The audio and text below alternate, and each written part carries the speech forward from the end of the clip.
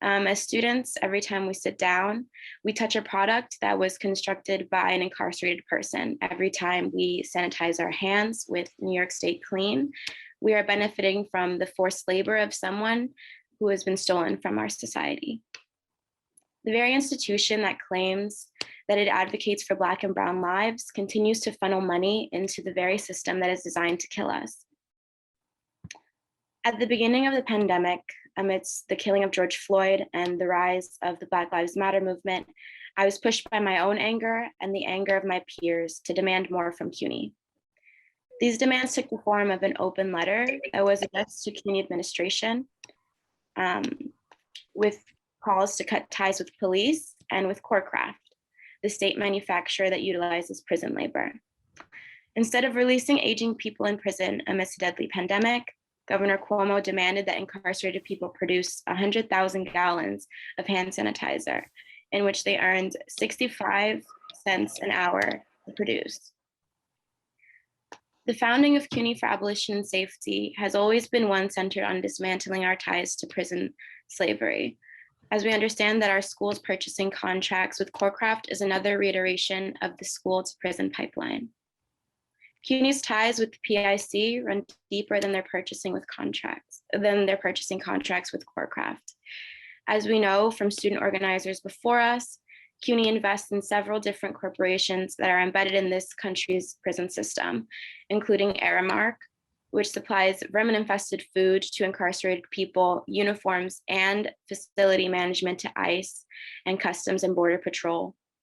Core Civic, the world's largest private prison corporation, Geo Group Incorporated, the world's second largest private prison corporation, and G4S, the world's largest private security company, just to name a few. All of these companies profit from the stake keeping as many people in prison as long as possible, and have lobbied politicians to pass legislation that would do so. The financial incentives for mass incarceration hinder efforts to free people inside. Thus, a key part to our work at CAS has been our collaboration and mobilization alongside the Releasing Aging People from Prisons campaign. Today, we are proud to host this event with several different organizers from RAPP. Our fight to cut CUNY's ties with prison slavery is not one that exists in a vacuum. As abolitionists, we understand that our call to release our elders is one and the same with our call to dismantle prison slavery. Our call for decarceration intersects with our goal of diminishing and eliminating prison industries. Today, Mark Shervington and Nuwana Tucker will share with us, among many other points, about two specific bills which have been gaining support through RAPP's tireless advocacy work: the Fair and Timely Parole Bill and the Elder Parole Bill. Both bills aim to return our elders to our communities, combating the genocidal aims of the prison industrial complex.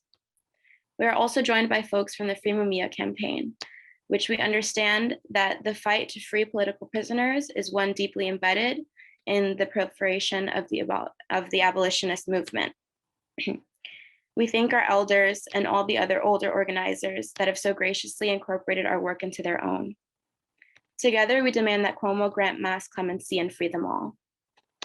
The prison industrial complex is a parasitic system that feeds off of the degradation and the murdering of our BIPOC siblings. We will not rest until the institutions that represent us do their part in the abolition of these systems. Thank you all for coming and standing in solidarity with us.